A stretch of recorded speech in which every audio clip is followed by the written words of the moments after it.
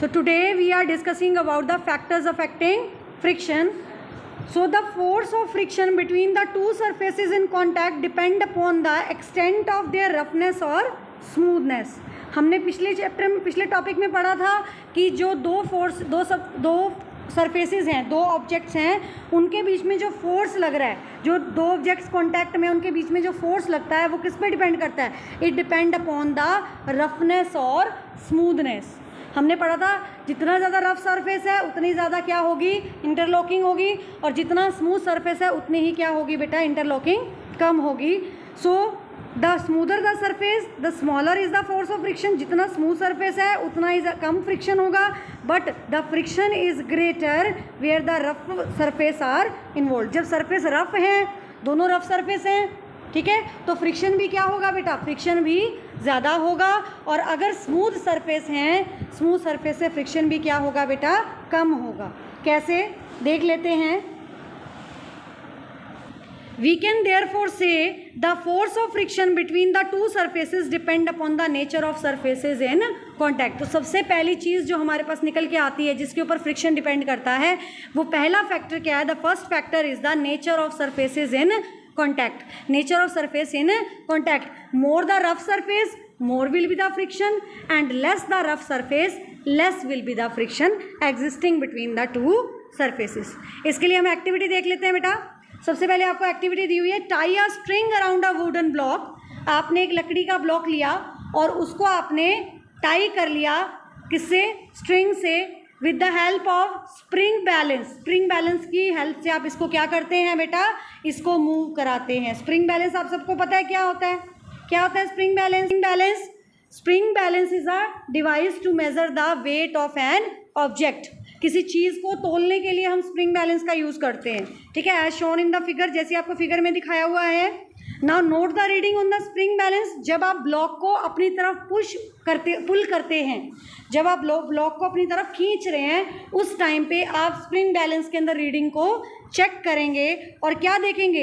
It gives the measure of the force of friction between the surfaces of the block and the floor. इसमें आपको क्या मिलेगा? आपको reading मिलेगी कि कितने किलो का ऑब्जेक्ट है, कितना फोर्स आप उस पर अप्लाई कर रहे हैं. तो it gives the measure of force of friction. कितना फोर्स आपको एक्स्ट्रा लगाना पड़ रहा है उस ब्लॉक को मूव कराने के लिए. ये आपको फोर्स ऑफ फ्रिक्शन की रीडिंग देगा between the block and the floor. Is it clear to all of you? Next आता है, now keep a book on the block. इस ब्लॉक के ऊपर आप एक बुक को और रख देते हैं. रख दिया हमने सपोज इस बुक को, ठीक है, बुक को आपने और रख दिया. Now keep a book on the table. Again pull the block by the spring balance. दोबारा से हम इसको स्प्रिंग बैलेंस को खींचेंगे. Note down the reading. आप रीडिंग को देखेंगे, क्या ये रीडिंग सेम है या दूसरे से डिफरेंट है? क्या ये रीडिंग सेम आएगी? No, the reading will not be same. क्यों नहीं सेम आ रही? क्योंकि आपने चीज़ों के वेट को क्या कर दिया बेटा? बढ़ा दिया. वेट को आपने क्या कर दिया? बढ़ा दिया. And when a body move over a horizontal surface. जब एक सरफेस के ऊपर बॉडी मूव करती है, it presses down against the surface by equal to its weight. ये अपने वेट के अकॉर्डिंग सरफेस को क्या करती है बेटा? प्रेस कर रही है. वेट बढ़ने से इंटरलॉकिंग क्या हो रही है? फ्लोर पे ज़्यादा हो रही है, और इंटरलॉकिंग होने से उस इंटरलॉकिंग को अलग करने के लिए आपको ज़्यादा फोर्स अप्लाई करना पड़ेगा. Hence in second case the reading of the spring balance would be more. Reading क्या हो जाएगी बेटा? ज़्यादा हो जाएगी. क्लियर? तो इस बात से हमें क्या पता चलता है? इस बात से एक और फैक्टर हमारे पास निकल के आया. The force of friction is the seen to depend upon the magnitude of force और the weight pressing the two surfaces together. यानी कि पहला हमने किया था, फ्रिक्शन किस फैक्टर पे डिपेंड कर रहा था? नेचर ऑफ सरफेस पे. नेचर ऑफ सरफेस में हमने क्या पढ़ा था?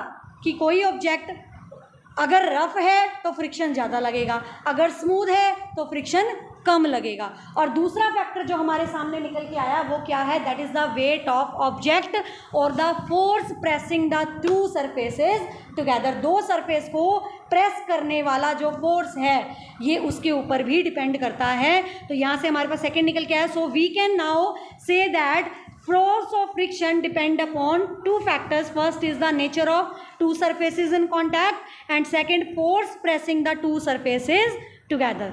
ठीक है बेटा, दो सरफेस को प्रेस करने वाला फोर्स, या फिर इसके आप उसमें लिख लेंगे, इसके ऑब्लिक में आप लिख लेंगे, क्या लिखेंगे आप इसमें, वेट ऑफ द ऑब्जेक्ट। किस पे डिपेंड करता है ये, वेट ऑफ ऑब्जेक्ट, ऑब्जेक्ट के वेट के ऊपर भी ये डिपेंड करता है। Is it clear to all of you? दो चीज़ों पे ये डिपेंड करता है, समझ आ रही है बात आपको? नेक्स्ट है उसके बाद हमारे पास बेटा static and sliding friction. Static और स्लाइडिंग फ्रिक्शन क्या होता है? We now understand that the force of friction is force exerted by surface when an object move across it. अब हमें पता चल गया जो फोर्स ऑफ फ्रिक्शन है वो क्या है, that is the force exerted by surface when an object moves across it. यानी कि एक ऑब्जेक्ट जब दूसरे ऑब्जेक्ट पे मूव कर रहा है तो उसके ऊपर कितना फोर्स लग रहा है जिसकी वजह से वो मूव कर रहा है, वो किसके बराबर होता है, that is equivalent to the force of friction. वो किसके बराबर होता है, फोर्स ऑफ फ्रिक्शन के। तो इसके बेसिस पे हम फोर्स ऑफ फ्रिक्शन को दो कैटेगरी में डिवाइड करते हैं, एक होता है आपका स्टैटिक फ्रिक्शन, दूसरा क्या आता है बेटा, स्लाइडिंग फ्रिक्शन। पहला क्या है, स्टैटिक फ्रिक्शन, दूसरा क्या है बेटा, स्लाइडिंग फ्रिक्शन। क्लियर? इसके लिए हम एक्टिविटी देख लेते हैं, एक्टिविटी नंबर 3। सो इसको देखेंगे बेटा, try to push a large box. ये पिक्चर में आपको बॉक्स दिखाई दे रहा है, देखो सभी, दिख रहा है बॉक्स, ठीक है। Try to push a large box by applying a small force से F यूनिट। आपने सबसे पहले इसके ऊपर फोर्स लगाया, कितना फोर्स लगाया बेटा, F फोर्स लगा दिया। हमें क्या मिला, व्हाट डू यू फाइंड, हमें मिला कि ये बॉक्स जो है वो मूव नहीं कर रहा, ये बॉक्स मूव नहीं कर रहा। जैसे यहाँ से अब हमने now increase the applied force to 2F, पहले F लगाया, अब क्या लगा रहे हैं, 2F। What do we find now, अब हम क्या देखते हैं, the box still remain at rest. Box कहाँ पे है, वापस फिर भी किस पे है, रेस्ट पे है। So when external force act on the object या box, the force of friction is known as static friction. आप बाहर से जो फोर्स लगा रहे हैं और वो बॉडी नहीं हिल रही है, वो रेस्ट पे ही पड़ी है, तो कौन सा फोर्स उस पर एक्ट कर रहा है, the force acting is known as, the friction acting is known as static friction. क्या बोलेंगे उसे हम, स्टैटिक फ्रिक्शन। समझ में आ गया? कर लेंगे, जो उसके मोशन को अपोज कर रहा है, जो उसको चलने नहीं दे रहा, ठीक है। This static friction balance the force which exert on the object. यानी कि ये फ्रिक्शन, जो स्टैटिक फ्रिक्शन लग रहा है बॉक्स के ऊपर, ये हमारे लगाए हुए फोर्स को क्या कर रहा है बेटा, उसको बैलेंस कर रहा है, उसको आगे बढ़ने नहीं दे रहा। समझ में आ रही है बात, ठीक है। When the applied force is increase to से 2F, static friction also increases 2F। अगर आप अप्लाइड फोर्स 2F लगा रहे हो तो स्टैटिक फ्रिक्शन भी क्या लग रहा है, 2F लग रहा है। आपने F लगाया था तो क्या लग रहा था, स्टैटिक फ्रिक्शन F लग रहा था। आपने 2F लगाया तो 2F लग रहा है, ठीक है। Now increase the applied force gradually, और धीरे धीरे आप इंक्रीज फोर्स को और बढ़ाइए till it just begin to slide over the horizontal surface. आप इतना बढ़ाएंगे कि ये क्या करेगा, ये जाके क्या करेगा, ये उसके ऊपर स्लाइड कर जाएगा। क्या करेगा, ये स्लाइड कर जाएगा। इतना फोर्स हमने अप्लाई करना है, तो इससे बॉडी जो स्लाइड करी है, तो इससे क्या निकल के आया, this activity shows that the force of static friction increases with increase of applied force. जितना आप फोर्स को अप्लाई कर रहे हैं, बढ़ा रहे हैं, उनके बढ़ाने से आपका जो स्टैटिक फ्रिक्शन है वो भी क्या हो जाएगा, बढ़ जाएगा। In other words, the static friction is a self adjusting force. Static friction बेटा क्या होता है, एक सेल्फ एडजस्टिंग फोर्स है। सेल्फ एडजस्टिंग यानी अपने आप एडजस्ट हो रहा है। However it can increase only up to a certain limit, लेकिन ये एक लिमिट तक ही हो सकता है। स्टैटिक फ्रिक्शन की वैल्यू एक लिमिट तक ही हो सकती है, एक लिमिट के बाद ये किस में चेंज हो जाता है, it is changed into the sliding friction, ठीक है। तो वो लिमिट जिसके बाद static friction is converted into sliding friction, वो बॉडी स्लाइड कर जाएगी, वो मैक्सिमम वैल्यू स्टैटिक फ्रिक्शन की जिसके बाद कोई बॉडी स्लाइड कर जाती है या स्लाइडिंग फ्रिक्शन में फ्रिक्शन चेंज हो जाता है, that friction is called as limiting friction. क्या बोलेंगे बेटा उसे हम, limiting friction. So the friction comes into play, friction आता है आपका when the body is just sliding over horizontal surface, it is called as limiting force of friction. इसको हम क्या कहेंगे बेटा, limiting force of friction. Is it clear to all of you, समझ आ रहा है सभी को? नेक्स्ट है इसके बाद हमारे पास वी दस conclude that when a force is applied on a body at rest, इस बात से हमें क्या पता चलता है, जब आप एक बॉडी रेस्ट पे पड़ी है उस पर कोई फोर्स लगा रहे हैं, a force of friction is called as static friction comes into play. वो बॉडी मूव नहीं कर रही तो उसमें कौन सा फ्रिक्शन लग रहा है, स्टैटिक फ्रिक्शन। कौन सा लग रहा है, static friction. This static friction oppose the applied force, ये अप्लाइड फोर्स के फोर्स को क्या करेगा बेटा, अपोज करेगा। And on increasing the applied force, आप अप्लाइड फोर्स को और ज़्यादा इंक्रीज करेंगे तो स्टैटिक फ्रिक्शन क्या हो जाएगा, ये भी इंक्रीज हो जाता है। However it can increase only up to a certain limit, लेकिन ये पर्टिकुलर लिमिट तक ही इंक्रीज हो सकता है। And the maximum value of force of static friction is called as limiting friction. जो स्टैटिक फ्रिक्शन की सबसे मैक्सिमम वैल्यू होती है उसी को हम क्या कहते हैं, that is called as limiting friction. जिसके बाद कोई बॉडी क्या करने लग जाएगी, स्लाइड करने लग जाएगी। क्या करने लग जाएगी बेटा, स्लाइड करने लग जाएगी। And the when the applied force on the surface on which it was resting, after this it is the force of sliding friction that act between the two surfaces. ठीक है बेटा, जो दो सर्फेसिस के बीच में काम करेगा। And this force of friction is a little less than the limiting force of static friction. ये लिमिटिंग फोर्स से क्या होता है, थोड़ा सा क्या होता है बेटा, कम होता है। Is it clear to all of you, हो जाएगा। नेक्स्ट आता है इसके बाद हमारे पास, our day to day experience tell us that it is easy to keep the sliding an object than to make it slide from the rest. Underline करेंगे, why it is easier, इसको आप underline करेंगे बेटा। Question आता है, why it is easy to keep sliding an object than to make it slide from rest. कोई body अगर रुकी हुई है उसको आपने स्लाइड कराना है, जब कोई बॉडी रेस्ट पे है उसको स्लाइड कराने के लिए आपको ज़्यादा फोर्स लगाना पड़ेगा बजाय किसके, एक बॉडी जो चल रही है उसको मूव कराने में, उसको मूव कराने में। समझ रहे हो बात को। जैसे सपोज एक गाड़ी है जो चल रही है, आप साइकिल चलाते हैं आप सभी साइकिलिंग। जब आपकी साइकिल रेस्ट पे है आपको उसको मोशन में लाना है तो आपको पैडलिंग क्या करनी पड़ेगी, ज़्यादा करनी पड़ेगी। और अगर आपकी साइकिल चल रही है तो पैडलिंग आपको क्या करनी पड़ती है, कम करनी पड़ती है, कम फोर्स अप्लाई करना पड़ता है। यानी चलती गाड़ी को मूव कराने के लिए आपको कम फोर्स लगाना पड़ता है और रुकी हुई गाड़ी को रेस्ट से चलाने के लिए आपको ज़्यादा फोर्स लगाना पड़ता है। क्यों लगाना पड़ता है, रीज़न क्या है इसके पीछे। एक्टिविटी देख लेते हैं बेटा, फिर इसका आंसर भी आपको बताती हूँ। एक्टिविटी 4 देखेंगे। टेक अ वुडन ट्रे और ब्लॉक। आपने वुडन ट्रे ली या ब्लॉक लिया, लकड़ी का ब्लॉक आपको दिखाई दे रहा है डायग्राम में, ठीक है। इसको आपने एक धागे से बांध दिया। Place it near the one edge of the table, आपने टेबल के कॉर्नर पे इसको रखा। कीप अ सिलेंड्रिकल पेंसिल, दूसरे कॉर्नर पे आप एक पेंसिल रखी हुई है, दिख रही है आपको, ठीक है, पेंसिल रखी हुई है on the opposite edge of the table top. Make sure the pencil is free to rotate. आपने ये ध्यान रखना है ये पेंसिल जो है ये आसानी से रोटेट कर जाए, घूम जाए, ठीक है बेटा, क्लियर। इसको इस तरीके से रखना है कि दोनों साइड में इसमें ड्राइंग पिन से इसको अटैच कर देना ताकि ये पेंसिल बाहर भी ना निकले, गिरे भी ना और घूम भी जाए। देखो ड्राइंग पिन से अटैच किया हुआ है इसको दोनों साइड्स में, ठीक है बेटा। Now take the plastic lid of a jar. एक प्लास्टिक का ढक्कन आपने लिया नीचे, ठीक है, उसको धागे से बांध के आपने ब्लॉक से जोड़ दिया। अब आपने उसके अंदर क्या डालना है बेटा, उसके अंदर आपने कंचे डाले। क्या डाले आपने, कंचे डाले। देखो ज़रा ये दे रखा है आपको, make 3 asymmetric hole into it. ये आपका नीचे वाला जो ढक्कन है उसके अंदर आपने 3 होल बनाए।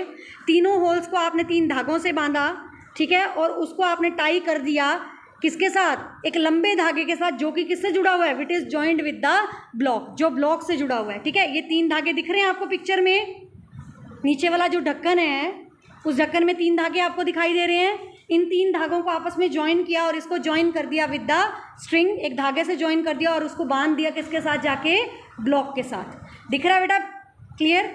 टेक सम मार्बल्स, कंचे ले लिया आपने, मार्बल चिप्स वगैरह जो भी आप लेना चाहें, ठीक है, कंचे ले लिए आपने, एक एक करके डाला। Add this marbles in the plastic lid. आपने पहले एक कंचा डाला ढक्कन के अंदर, फिर 2 डाले, फिर 3 डाले, ठीक है, 1 बाय 1 आपने काफ़ी सारे डाले। Note down the number of marbles required.